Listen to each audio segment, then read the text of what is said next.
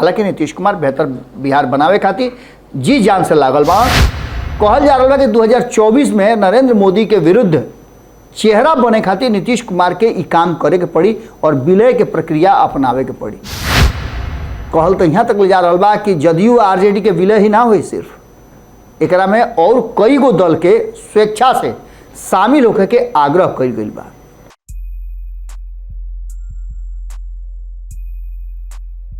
गोड़ लागतनी,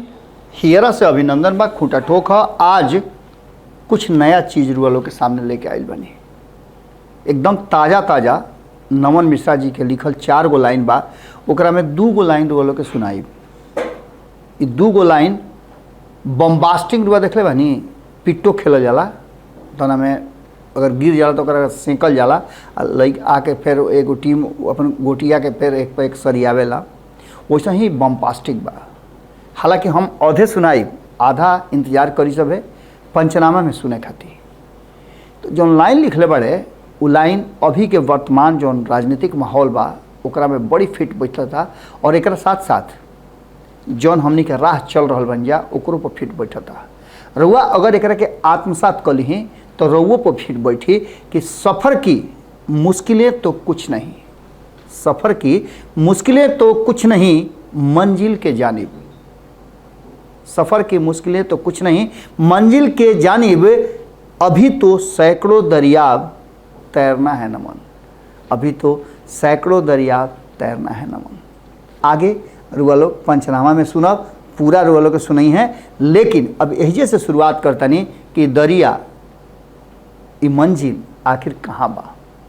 2024 के तैयारी शुरू हो गई बा और एक साथ साथ हर कोई अपना अपना हिसाब से अपन आंकड़ा फिट करे में लागल बा। नीतीश कुमार मैं दरवाज़ा खोल दिले बाड़े, जैसे नहीं रुआ सुन ले कि दशहरा में 200 दुआरी खुल जाला, जौन काम रुआ कर सकिले कर ली, जौन साल भर में नहीं कैले वो सब करे लायक दिन निमन कहाला। वैसे ही 2024 के दशहरा आवे से पहले नीतीश कुमार जी अपन दरवाज़ा खोल दिले बाड़े। रोज रुआ लोग के नीतीश नीति में हम बहुत कुछ बता रहा बानी, रुआ नहीं देखले तो जाके रुआ भारत लाइव पर देख सकिले, पंचनामा पर देख सकिले। रोज हम बता रहा बानी कि कौना विभाग के का बजट बा, का हो रहा बा, ओकरा खातिर का करे के बा, ई राउर जिम्मेवारी भी बा कि राउर सरकार का कर रहा बा, रुआ खातिर कौन नीति योजना बनल बा ओकरा के जानी, ओकरा पर रुआ नज़र बनैले रही। तो खैर नीतीश कुमार जी दरवाज़ा खोल दिले बाड़े और रोजगार के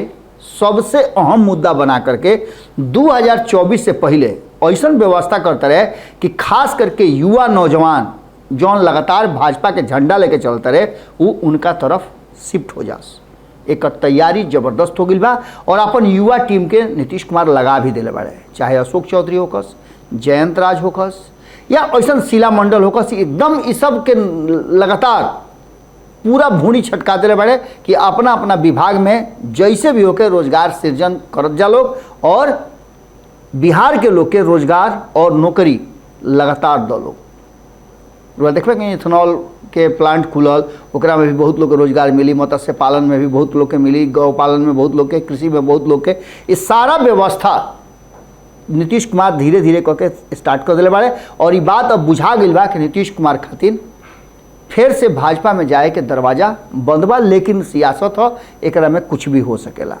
तो नीतीश कुमार के दरवाज़ा खुलला के बाद एगो और बात बहुत चर्चा में हो रहा बड़ुए और पिछला 24 घंटा से ये खोपड़ी खराब कैले बा। हमनी के चर्चा के 3 महीना पहले ही बंद कर देने जा, और ख़ास करके जब उपेंद्र कुशवाहा बहरी आ गई और बहरी आवे से पहले इस सकरवा ले एक पर खूंटा ठोकवा ले कि ना विलय उलय ना होई, तो फिर खाली सुबुगाहट एक तेज हो गई बा। कहल जा रहा बा कि 2024 में नरेंद्र मोदी के विरुद्ध चेहरा बने खातिर नीतीश कुमार के ई काम करे के पड़ी और विलय के प्रक्रिया अपनावे के पड़ी। कहल तो यहाँ तक ले जा रहा बा कि जदयू आरजेडी के विलय ही ना हुई, सिर्फ एकरा में और कई गो दल के स्वेच्छा से शामिल होकर के आग्रह कइल गइल बा। ये कुल बात भीतरिया बा। एकरा में इहो बात कहल जा रहा बा कि कई लोग इनकार भी कर दिले बा, वो आपन जौन पहचान बा ओकरा के समाप्त कइल नहीं के चाहत। जैसे देखबे कहीं लोग का हाल भइल, अपना पार्टी के विलय कर ले उपेंद्र कुशवाहा, 2 साल ना लागल उनका फिर से अपन पार्टी बनावे के पड़ल। तो नीतीश कुमार के नीति के लेकर के कुछ लोग अलर्ट भी बा, लेकिन वो ये राष्ट्रीय जनता दल और जदयू विलय के एकदम कगार पर पहुंचल पड़ुए और एक चर्चा सुगबुगाहट कानाफूसी सब हो रहा बा, जो उनकी खबर के माध्यम से लोग हमने के बता रहा बन गया। अब ये विलय के सुगबुगाहट में वो बात सामने आ रहा बा कि जौना के ले करके लालू प्रसाद तेजस्वी यादव के अधिकृत के लिए रहन नाम और सिंबल बदले खातिर अभी तकले जौन हथियार उनका के दिहल रहे वो हथियार के प्रयोग ना भइल रहा, तो का ओकरा प्रयोग के समय आ गइल बा। ये सारा बात पर कहीं ना कहीं बिहार के राजनीति टिकल बा और नीतीश कुमार के संगे संगे तेजस्वी यादव भी ये बात भले सार्वजनिक मंच पर ना कहस, लेकिन भीतरे भीतरे बोला आटा दे रहा बड़े कि जेकरा जेकरा आवे के बा आ जा, यह मौका बा। उन्हें भाजपा भी जेकरा जेकरा आवे के बा वो 2024 से पहले आ जा। अमित शाह के रुआ सुननी ना, ये नवादा में जो उनकर रैली होत रहे, वो रैली में संबोधन में ये बात कहले रहन कि सारा लोग के दरवाजा बंद हो गई बा, 2024 के बाद केहू से कोनो समझौता ना हुई, 2024 से पहले जेकरा आवे के बाद से आ जाओ।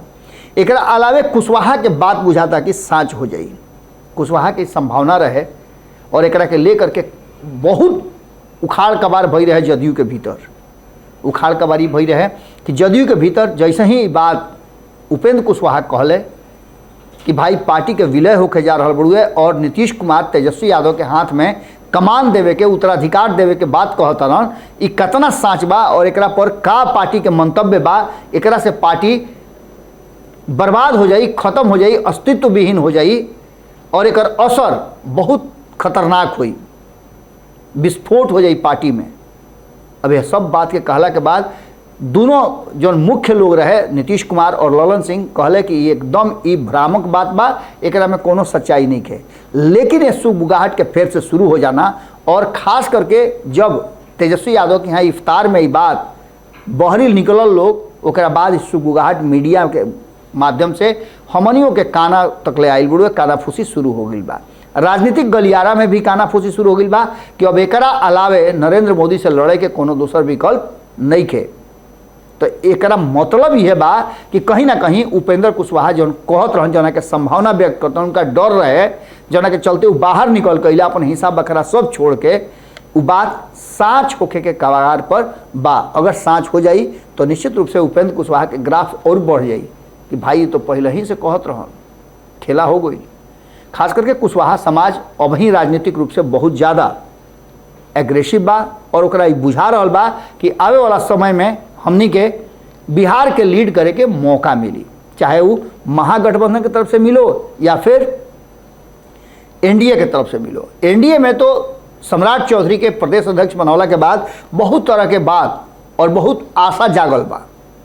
अभी आगे 2025 में का हुई इत आवे वाला वक्त बताई, लेकिन अगर विलय हो जाता तो ओकर फायदा वालों के पहले भी बतौले रहनी है, भारत लाइव पर वालों जाके देख सकिले कि एकर फायदा सीधे कहीं ना कहीं भारतीय जनता पार्टी के मिलत नजर आता। एकरा बाद कौना गोल में केस शामिल हुई ये बात के लेकर के भी अब अपन अपन हिस्सेदारी हिस्सा बखरा फरियावे लगल जब एकरा में ये बात इस संभावना विलय के साथ ही समाप्त हो जाई कि नीतीश कुमार एनडीए में जई हैं।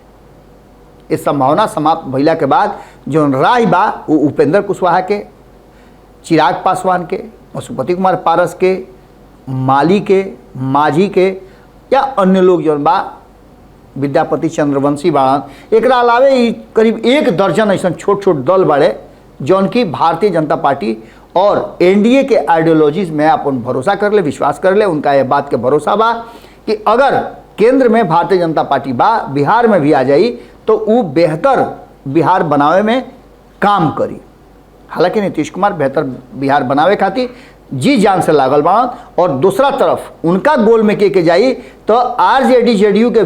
तो बढ़ले बा एक संगे कांग्रेस वो गोल में शामिल हो सकेला। एकरा अलावे एकरा में कहल जा रहा बा कि पप्पू यादव जो उनकी इफ्तार पार्टी में शामिल भई रहन वो भी शामिल हो सकेले। एकरा अलावे मुकेश सहनी के नाम आ रहा बा, मुकेश सहनी के दोनों गोल में नाम आ रहा बा, उनहूँ और एनहूँ। एकरा अलावे चिरागो पासवान के अब एने उन्हें दोनों नाम आ रहा बा जो उनकी संभावना नगण्य के बराबर बा। वो तीसरा मोर्चा में भले चल जी हैं लेकिन वो नीतीश कुमार के खेमा में ना जाई हैं। अगर जाई हैं तो उनका राजनीति कहीं ना कहीं विराम लग जाई। पशुपति कुमार पारस के लेकर के भी लगातार पिछला 5 महीना पहले ये बात चर्चा में रहे कि पशुपति कुमार पारस के सांसद जन बाड़न वो नीतीश कुमार के संपर्क में बाड़न, लेकिन यह बात पर विराम लगावे खातिर वो सब सांसद के और अपन एकमात्र जौन MLC बाड़े उनका के ले करके और पहुँचा रहन प्रधानमंत्री के भीरी, वो या फोटो वोटो खिंचवा करके वो अपन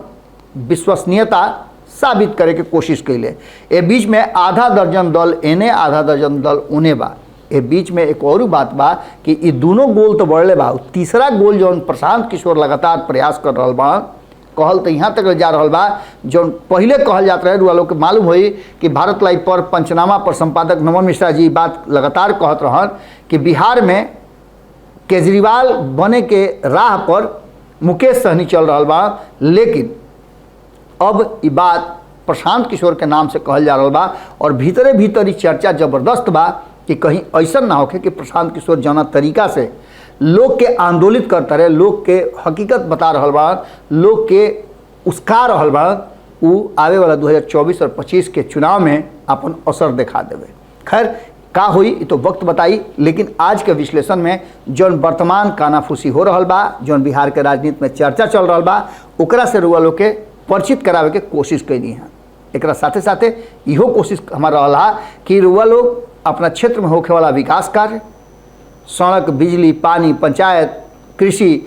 रोजगार, जे कुछ भी हो रहा बा ओकरा पर ध्यान जरूर रखब। सब है गाँव में 5 लोग के वो कमिटी बना करके ओकरा के देख रेख करी, अगर नइखे ओमें गुणवत्ता तो सीधे शिकायत करी सब है, और उस शिकायत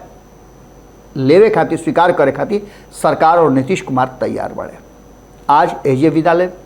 कल फिर रुआ लोग से भेंट हुई, नया विषय हुई और नया विश्लेषण हुई। रुआ लोग अगर कोनो विषय पर जानल चाहतनी तो रुआ लोग बेहिचक लिख सकिले, कारण कि रुआ लोग के मंच है और हम ओकरा के खोज के ढूंढ के फटक के उसा के रुआ लोग के सामने लेके आई। गोड़ लागतनी।